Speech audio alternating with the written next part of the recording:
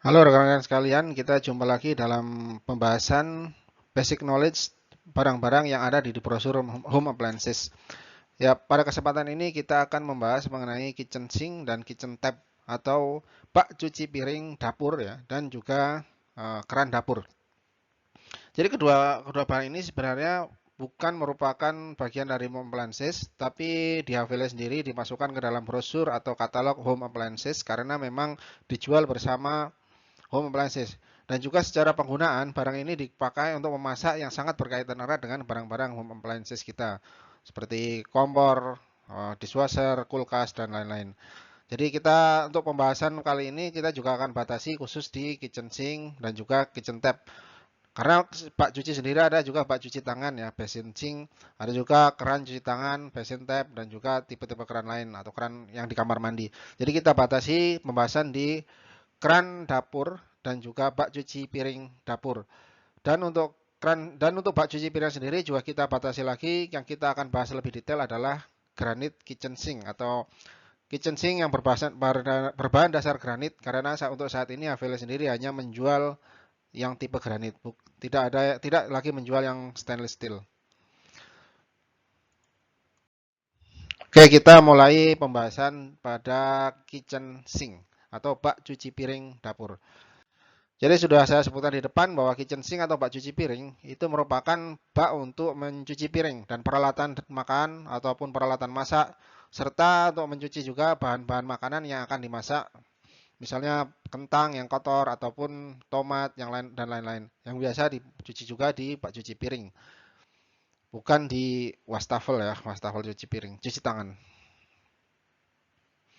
Nah, beberapa material yang biasa dipakai untuk sink dapur atau bak cuci piring dapur antara lain yang mungkin paling populer adalah stainless steel. Ya, stainless steel digunakan secara luas karena ya dari posisi ada berbagai kelebihan seperti dia ringan, mudah dipasang dan juga harga lebih terjangkau. Kemudian ada model yang acrylic resin, jadi dia murni akrilik. Jadi dia acrylic resin dicetak atau kadang-kadang di market disebut juga dengan solid surface. Ada juga yang porselen atau keramik, tapi ini sangat jarang untuk dipakai untuk bak cuci piring dapur, untuk kitchen sink. Biasanya dipakai untuk basin sink ya, bak cuci tangan. Sedangkan yang terakhir adalah granit atau sebenarnya bukan granit alam ya. Sebenarnya itu adalah dari pasir kuarsa atau quartz, jadi komposit dicampur dengan acrylic resin. Maka yang saat ini dijual di pasaran adalah uh, composite, jadi quartz composite zinc sebenarnya. Tapi karena memang quartz itu sendiri atau kuarsa itu sendiri merupakan bahan dasar penyusun granit, maka ya kita secara market ya, secara pemasaran disebutnya sebagai granit kitchen sink. Jadi apa sih sebenarnya granit kitchen sink sendiri? Jadi ya, sekali lagi itu sering kita sebut juga dengan composite granite kitchen sink. Composite artinya dia campuran lebih dari satu bahan. Kalau bukan bahan murni, bukan cuma stainless saja, bukan cuma resin saja, atau bukan cuma quartz saja, tapi dia campuran beberapa bahan. Ya dalam hal ini untuk granit kitchen sink sendiri merupakan campuran, bahan dasarnya merupakan campuran dari pasir kuarsa atau quartzen, kemudian ada resin akrilik, akrilik resin dan juga pewarna, coloran. Itulah kenapa ada di granit ya, kitchen sink granit itu ada beberapa warna, bisa dibikin beberapa warna, baik yang warna-warna cerah maupun yang warna-warna umum, yang warna kalem seperti hitam, putih, grey dan misalnya brown atau coklat. Nah, itu bisa dibuat semuanya karena memang di situ terdapat pewarna untuk granit sini sendiri. Nah, seperti sudah disebut juga bahwa secara komposisi itu terdiri dari 3 komponen minimal, yaitu pasir kuarsa atau kuartsen itu maksimal 80% kurang lebih. Kemudian ada resin akrilik itu 20 sampai 25% dan selanjutnya adalah pewarna atau coloran. Coloran itu komposisinya kecil, kurang dari 5%. Nah, kenapa kita akan langsung mulai fokus ke granit ya? Karena memang saat ini Havela sendiri hanya menjual granit zinc. Kita akan membahas sekarang kelebihan dan kelemahan granit zinc dibandingkan dengan stainless steel zinc. Untuk kelebihannya, granit zinc sendiri dia akan tahan panas, tidak akan melewat ya kalau terkena misalnya tersiram air panas ataupun digunakan untuk mencuci sesuatu yang masih panas. Kalau granite sink sendiri, kalau stainless steel sink, maka kalau ketika tersiram air atau disiram dengan air panas, maka dia akan melengkung. Mungkin akan melengkung karena tipis sekali. Untuk ketebalan granite sink dia bisa lebih 1 cm, rata-rata 1 cm ke atas. Sedangkan untuk stainless steel sink itu rata-rata di bawah 1 mili. Jadi rata-rata umumnya adalah 0,8 sampai 1 mm untuk ketebalannya. Jadi memang ketahanan terhadap benturan, terhadap panas itu jauh lebih baik granite sink. Ya, lebih keras ya, karena granite sink itu lebih keras, lebih tebal, jadi juga lebih tahan benturan, tidak akan penyok. Kemudian warna juga tidak mudah pudar atau kusam karena dia dicampur ya. Jadi warna itu ada di dalam, bukan di coatingnya, bukan disemprotkan di luar ketika sudah jadi, tapi warna itu dicampur seperti tadi sudah kita sebutkan di depan. Warna sendiri dicampur dengan bersama bahan-bahannya, jadi tidak akan hilang, tidak akan mengelupas warnanya. Selanjutnya adalah mampu meredam suara atau lebih senyap. Jadi kalau misalnya sesuatu yang jatuh, misalnya sendok, piring, atau garpu jatuh ke dalam sink, ke dalam bak cuci sendiri, dia tidak akan menimbulkan suara yang keras seperti pada stainless steel. Kalau stainless steel sink karena memang logam, benturan dengan logam, maka dia akan berbunyi ya. Maka akan lebih keras suaranya, mungkin sedikit mengganggu bagi beberapa orang.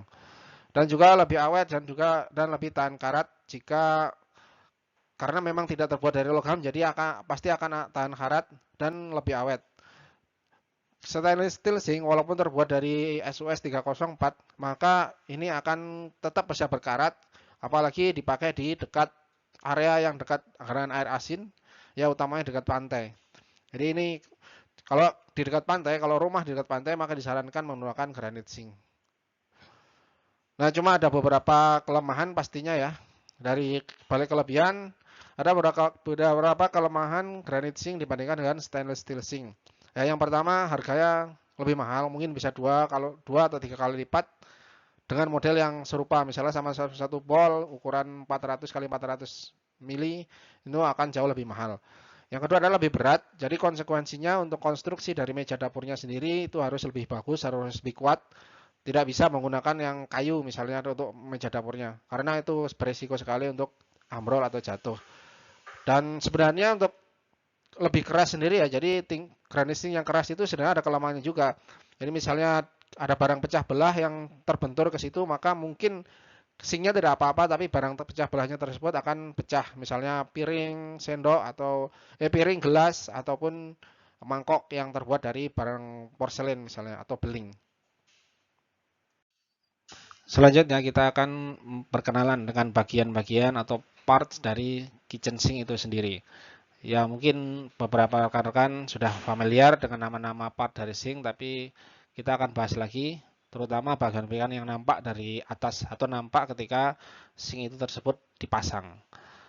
Kita tampilkan salah satu jenis sink yang kita punya. Kita lihat ada beberapa part yang nampak di situ. Yang pertama yang mungkin rekan-rekan udah pasti harus familiar adalah bowl atau bak cuci atau mangkuk cuci. Nah, di sini tempat kita mencuci piring atau alat makan lain, dan juga bisa untuk merendam atau juga bahan makanan kita cuci di sini. Kemudian ada namanya strainer atau afur yang di bagian tengah, biasanya di bagian dasar dari bak cuci tersebut sendiri. Afur ini berfungsi untuk menyaring remah-remah dari makanan ataupun apapun yang besar yang bisa tersaring di sini agar tidak menyumbat nanti saluran pembuangan. Kemudian ada namanya drainer atau peniris. Ini tidak semua sink mempunyai drainer, tidak semua jenis sink mempunyai drainer, tapi beberapa tipe mempunyai drainer seperti ini. Fungsinya adalah untuk meniriskan gelas, piring, ataupun yang setelah selesai dicuci sebelum dimasukkan ke dalam rak yang kering.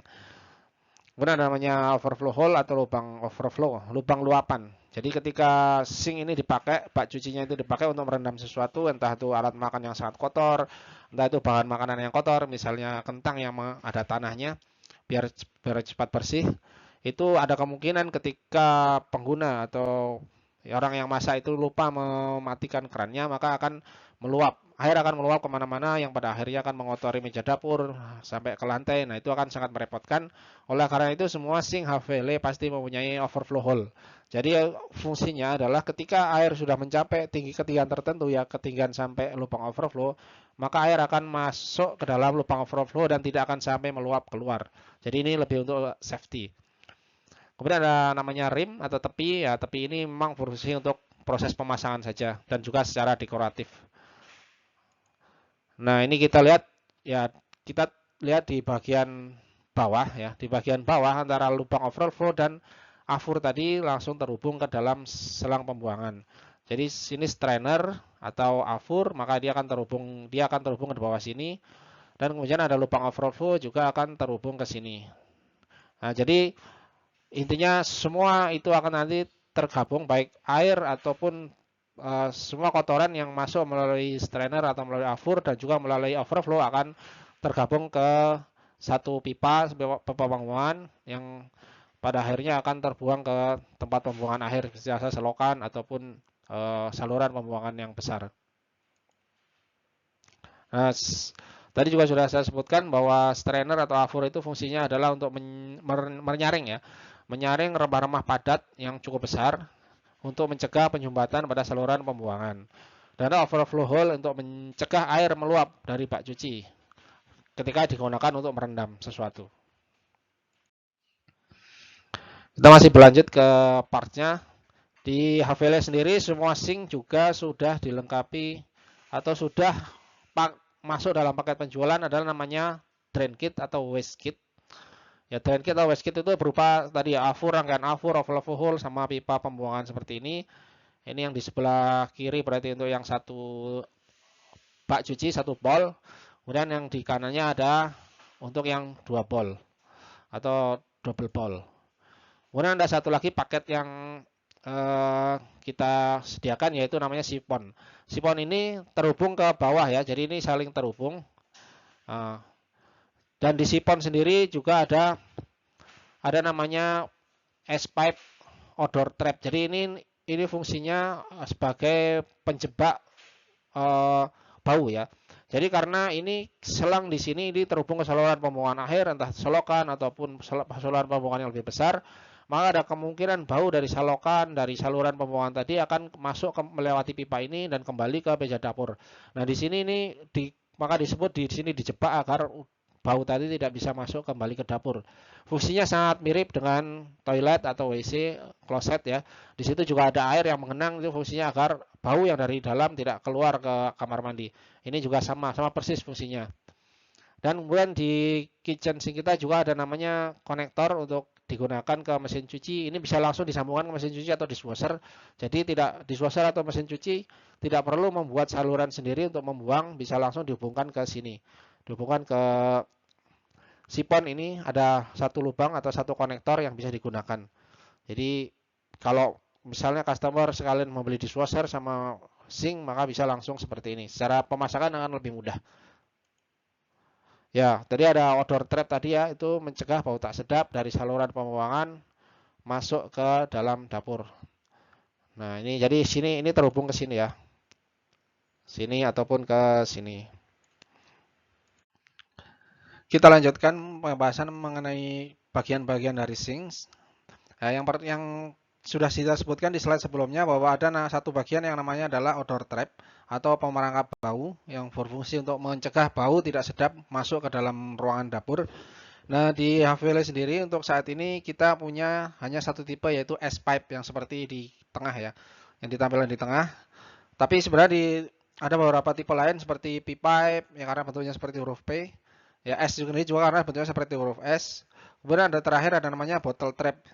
Jadi ini bentuknya seperti botol seperti ini. Tapi apapun itu bentuk dari odor trap ini, itu fungsinya sama saja. Nah, untuk kebetulan sekali lagi karena memang kemarin ada yang tanya, untuk HVL sendiri hanya saat ini punya S-pipe. Bentuknya S ya. Kemudian selain part-partnya tadi ya, dalam paket penjualan kita, itu ada klip juga. Jadi klip ini ada dua macam, ada klip yang top mount dan juga klip yang under mount. Jadi bentuknya seperti ini, berbeda tergantung jenis sinknya. Karena ada yang bisa dibuat top mount, ada yang bisa dibuat under mount, ada yang bisa dua-duanya. Jadi memang tidak semuanya, terutama yang top mount itu semua sink kita ada tersedia klem atau clips yang buat top mount. Sedangkan yang under mount itu hanya model-model tertentu yang memang dia bisa dipasang di under mount. Bisa dilihat di website masing-masing, kalau di situ ada top mount cutout dan under mount cutout, berarti dia bisa dipasang baik secara top mount maupun under mount. Kita akan bahas di setelah ini untuk metode pemasangan. Nah, ini adalah konfigurasi dari sink. Sedikit tadi sudah saya singgung. Jadi sink itu konfigurasinya dilihat dari jumlah bowl dan juga drainer ya, atau peniris tadi. Ya, yang paling umum adalah satu yang single bowl atau one bowl. Itu biasanya ada juga ada yang one bowl sendiri sebenarnya ada dua macam ya. Ada yang dia square ya di kotak sedikit kotak itu atau sisi-sisinya itu hampir sama. Ada juga yang big bowl yang seperti ini biasanya memanjang. Ini contoh single bowl atau one bowl yang big bowl. Kemudian ada yang one bowl dengan drainer. Jadi satu bak dengan drainer atau peniris. Ada juga yang 1,5 ya, 1.5 bowl. Jadi ini kalau ada 2 bowl tapi satu lebih kecil, kurang dari separuhnya itu disebut 1.5 bowl atau 1,5 bak. Ada juga yang 1,5 bak dengan drainer. Ini sama, ada 2 bowl atau 2 bak tapi yang satu jauh lebih kecil daripada yang satunya. Nah, ini juga yang tipe populer, ada yang 2 bowl. Ini biasanya itu cenderungnya sama ya, antara ukuran antara 2 bowl, kedua bowl ini sama, walaupun ada juga yang berbeda tapi tidak berbeda jauh ukurannya. Dan ada juga yang 2 bowl dengan drainer, jadi 2 lubang dan ada drainernya. Ada juga sebenarnya yang 2.5 bowls with drainer, tapi itu jarang sekali dan tidak populer di kita. Nah, kita akan bahas metode pemasangan atau cara pemasangan sink. Secara umum ada 3 macam atau 3 cara untuk memasang sink, tapi sekali lagi itu tergantung dari jenisnya. Tidak semua sink pasti bisa dipasang top mount, tapi tidak semuanya bisa dipasang under mount. Nah, metode pemasangan yang paling umum adalah top mount, inset atau nama lainnya adalah inset atau drop in. Nah, ini seperti tadi disebutkan bahwa rim atau tepi sink itu berfungsi untuk instalasi. Jadi untuk pemasangan secara top mount, maka rimnya itu menumpang pada meja dapur. Jadi dia di atas ya, menumpang. Oke, kita lihat. Nah, seperti ini. Bisa lihat pada gambar yang di sebelah kanan, ya itu akan menumpang. Jadi dia sink dimasukkan dari atas ya. Bisa lihat ya gambar sebelah kiri. Bahwa sink itu akan menumpang. Jadi lubang meja dapur itu akan lebih kecil daripada ukuran sinknya. Kemudian sinknya akan dimasukkan dari atas dan ditaruh begitu saja. Jadi taruh aja, tek. Dan tinggal dipasang nanti klemnya atau klipnya itu biar dia kokoh dan tidak geser-geser. Nah, ini metode pemasangan yang paling banyak dipakai dan juga semua sink pasti bisa digunakan untuk top mount. Bisa dipasang secara top mount. Kemudian ada namanya flush mount. Nah, flush mount ini dia sebenarnya variasi dari top mount. Jadi seperti ini. Jadi variasi dari top mount. Jadi rimnya, jadi bagian tepi sinknya itu rimnya itu dia setara ya, sejajar dengan meja dapurnya.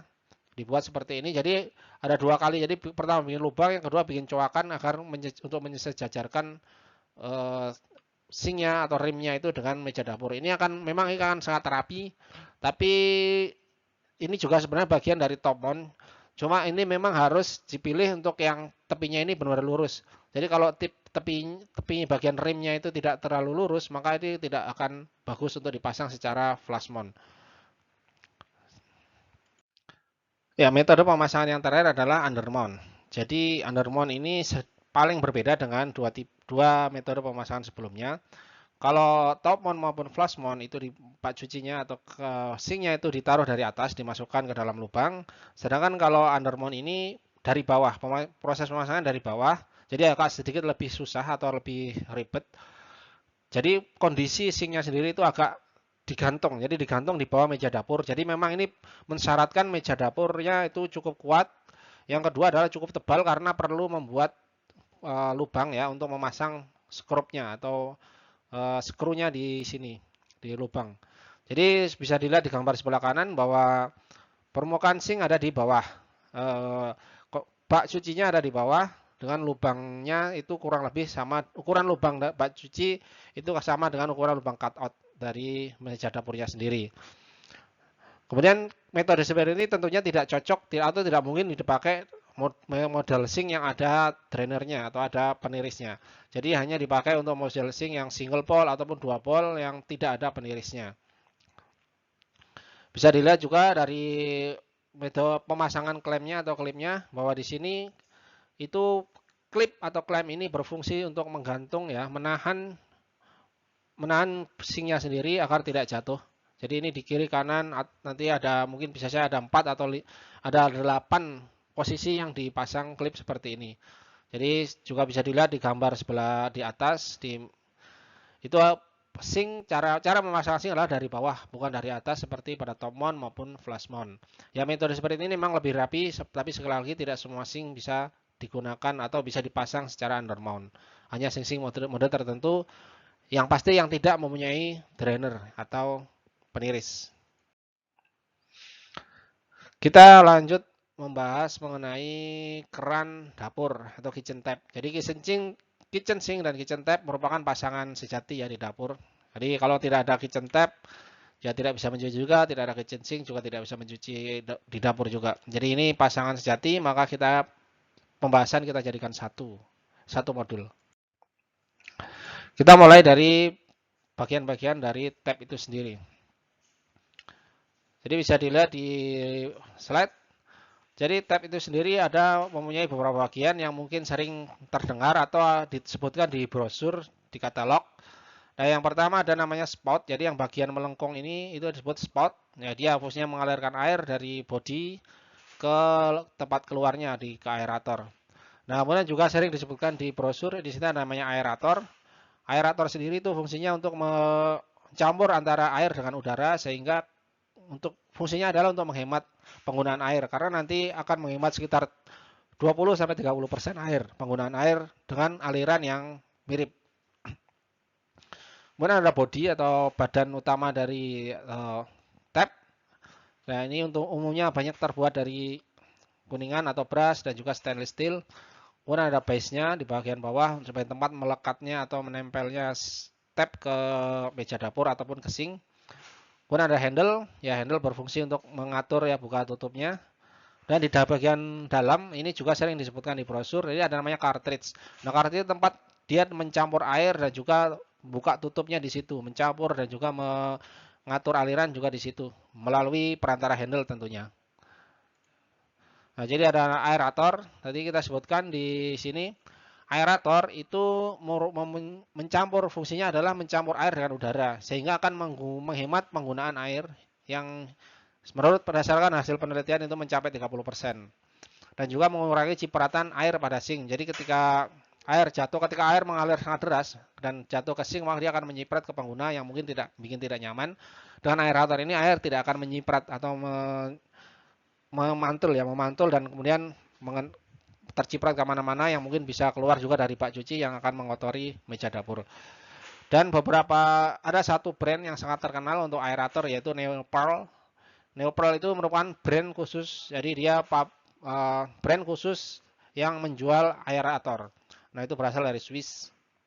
Kemudian cartridge juga cukup terkenal, dan ini sering disebutkan dan ada beberapa brand yang cukup terkenal. Yang pertama ada Kerox, nah itu dari Hungaria. Kemudian ada Sedal yang dari Spanyol dan juga ada Sitek. Kedua-duanya juga dari Spanyol. Jadi fungsinya adalah membuka tutup aliran dan juga mengatur volume air melalui perantara handle. Selanjutnya kita akan bahas mengenai material-material yang biasa dipakai di kitchen tap. Jadi setiap bagian-bagian dari kitchen tap sendiri biasanya mempunyai material yang berbeda.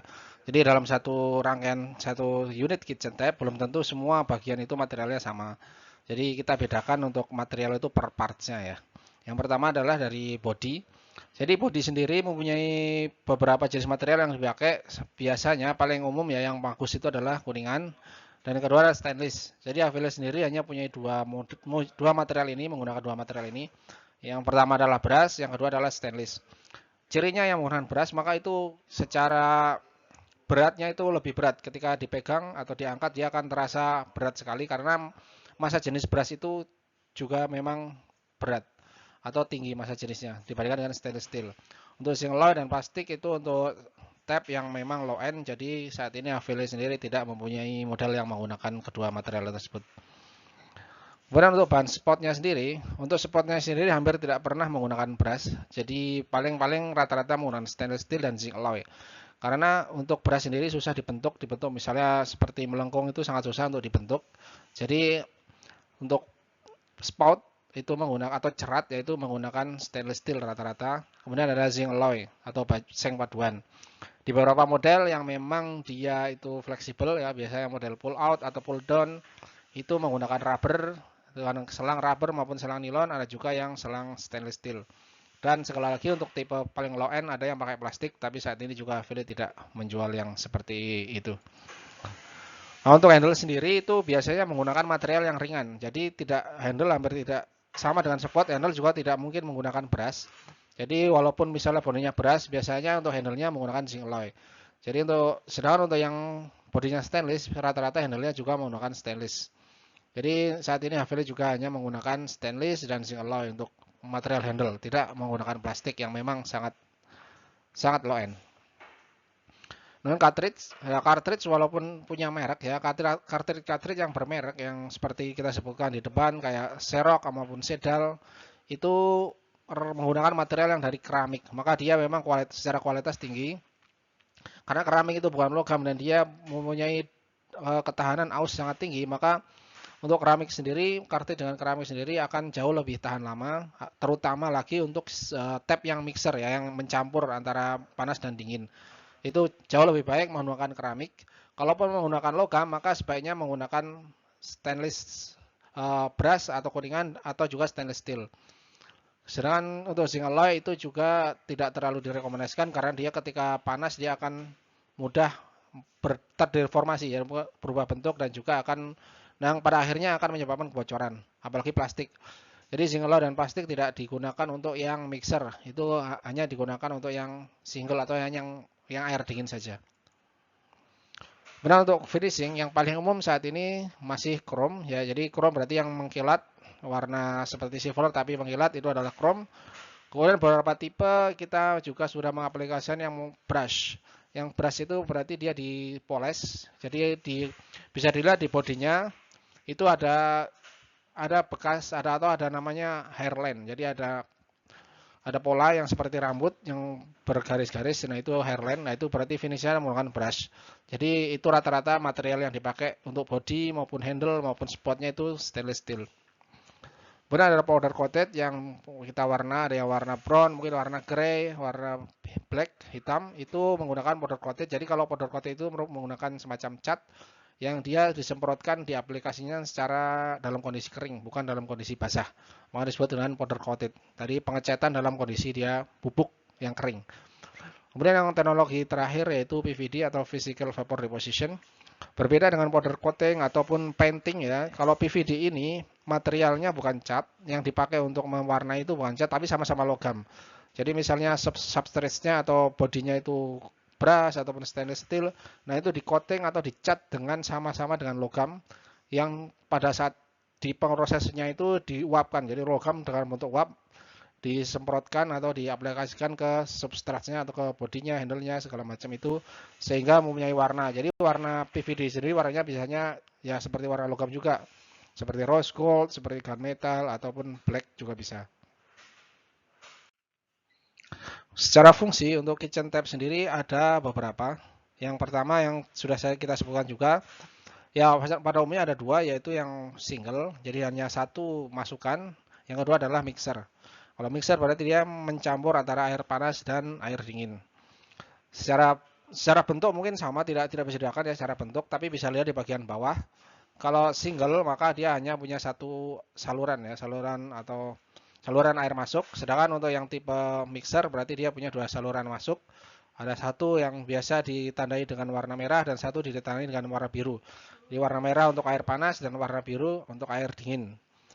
Jadi untuk paket pembelian sendiri untuk single itu, untuk kitchen tap single itu hampir tidak pernah dimasukkan atau tidak masuk dalam paket pembelian itu flexible hose-nya. Jadi flexible hose yang di bawah ya itu hampir tidak pernah ada yang menjual bersama dengan flexible hose. Sedangkan untuk tipe mixer hampir selalu ada flexible hose-nya sudah include ya, sudah termasuk dalam paket pembelian. Untuk Haveli ini juga sama, untuk yang tipe single itu tidak ada flexible hose. Sedangkan untuk tipe mixer itu sudah include dalam paket pembelian, sudah dalam box ya, sudah termasuk dalam flexible hose-nya. Kemudian yang untuk cutout, jadi ini secara umum itu juga sama ya. Jadi kalau sering ada yang bertanya juga untuk cutout atau lubang untuk sinknya, untuk tabnya sendiri, baik untuk di sink maupun di meja dapur. Untuk yang single itu adalah 25, diameter yang diperlukan adalah 25 mm. Sedangkan untuk yang mixer itu adalah 35 mm. Diameter lubang yang digunakan untuk memasang kitchen tabnya itu sendiri. Kemudian dari sisi spout ada banyak sekali tipe-tipe dan bentuk-bentuk yang sampai sekarang mungkin bisa ditemui di market. Bahkan ada yang mungkin yang bentuknya aneh-aneh, melengkung-melengkung. Tapi secara umum ada beberapa yang populer ya. Kita lihat ada beberapa yang populer kita tampilkan di slide. Yang pertama adalah bentuk layar angsa seperti ini atau gooseneck. Nah, ini yang paling tipe yang sangat populer di kita juga di Indonesia. Orang mungkin masih ya mungkin 80%, 70-80% masih bentuknya seperti ini orang. Kemudian ada yang bentuknya agak lurus, jadi kalau ini melengkung, yang pertama itu gooseneck itu melengkung, kalau yang L shape itu dia ya kayak L, jadi menyiku. Walaupun mungkin di sikunya tidak siku ya, tidak 90 derajat, tapi dia bentuknya menyiku seperti ini, maka disebut L shape. Ada juga yang model square, jadi kayak bendengan yang pertama yang gooseneck itu dia benar-benar bentuknya jari-jari lingkaran ya, atau setengah lingkaran. Kalau ini dia di pojok-pojoknya dia tidak melengkung seperti lingkaran, hanya di pojok-pojoknya aja seperti ini. Jadi kayak seperti persegi panjang atau persegi. Jadi maka disebutnya dengan square type. Dan ada juga yang low arch atau jadi dia lengkungnya itu pendek sekali. Ini tidak populer di Indonesia karena tidak nyaman untuk mencuci ketika spotnya dan juga tempat keluarnya air itu pendek karena mungkin akan sedikit menyingkol ketika mencuci, ketika gerak-gerak maka akan menabrak bagian dari spot ini. Jadi ini tidak terlalu populer. Jadi yang paling populer masih yang gooseneck dan juga L shapes. Jadi ini yang bentuk yang umum.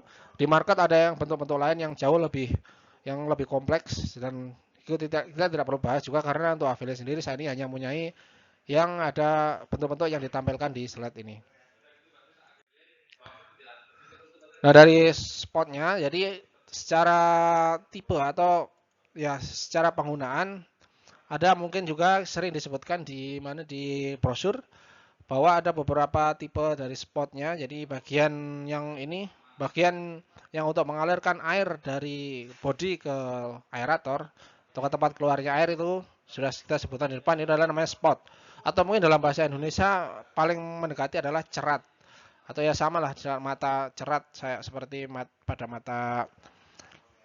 ceret ya, pada teko itu kurang lebih sama, ini namanya cerat. Nah tipe ceratnya sendiri atau tipe spotnya itu yang pertama ada yang statis ya, yang statis ini dia tidak bisa digeser ya, artinya dia arahnya seperti ini, paling hanya bisa diputar. Kalau diputar 360 derajat semua pasti bisa, semua tipe kitchen tap AVL semua bisa diputar 360 derajat.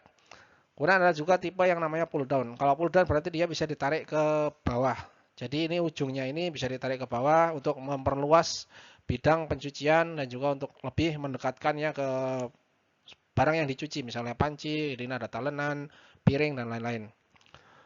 Nah, kemudian ada satu lagi yang namanya tipe pull out yang juga sering disebutkan di brosur.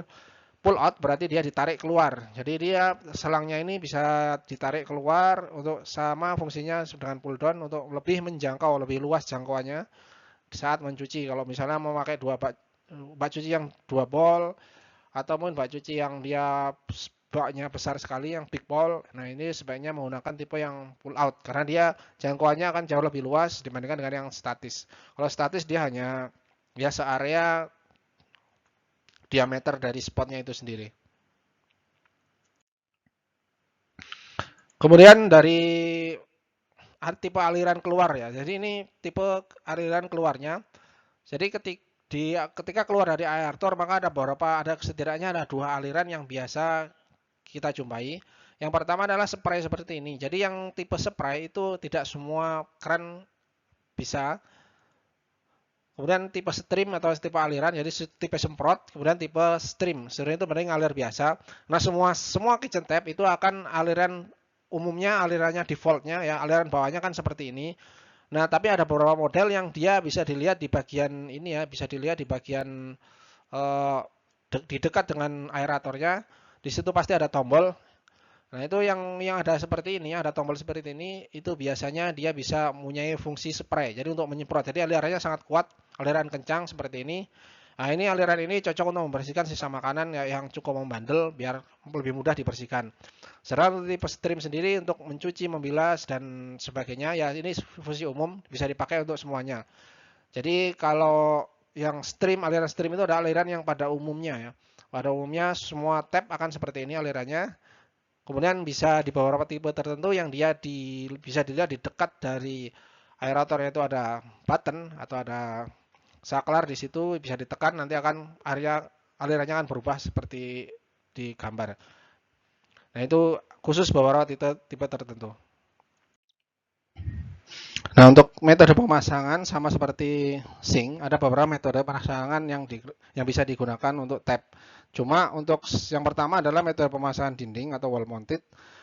Untuk yang dinding ini tipenya adalah tipe khusus, jadi tidak bisa semua tap dipasang di dinding. Kalau memang mau memasang di dinding, maka harus menggunakan tipe khusus. Dan pada umumnya yang bisa dipasang di dinding ini adalah tipe yang single ya, bukan yang mixer tidak bisa. Karena secara struktur agak susah kalau mixer dipasang di dinding. Selanjutnya ada yang dipasang di meja dapur atau counter ya, countertop. Dari untuk pemasangan meja dapur ini jenisnya sama dengan juga yang bisa dipasang di sink, jadi sesuai selera. Ada juga kalau memang space-nya masih cukup dan pengen di luar dari sink, maka dia bisa dipasang dengan di meja dapur langsung. Tapi mungkin kalau space-nya terbatas, bisa langsung dipasang di sink. Cuma ya sink-nya juga harus ada space untuk memasang. Tidak semua sink bisa digunakan untuk memasang tap. Tipe-tipe tertentu saja yang bisa digunakan untuk memasang tap langsung di sink. Ini lebih simpel, yang diutamakan ya untuk yang memang area dapurnya itu terbatas. Jadi lebih ringkas atau lebih sempit, ruangan yang dibutuhkan lebih kecil daripada kalau dipasang di luar dari sinknya. Ya, demikianlah pembahasan mengenai kitchen sink dan kitchen tap. Ya, semoga bermanfaat bagi rekan-rekan semuanya, utamanya bermanfaat dalam membantu memperlancar rekan-rekan semuanya dalam berjualan produk-produk Avele. Sekian dari saya, terima kasih. Salam.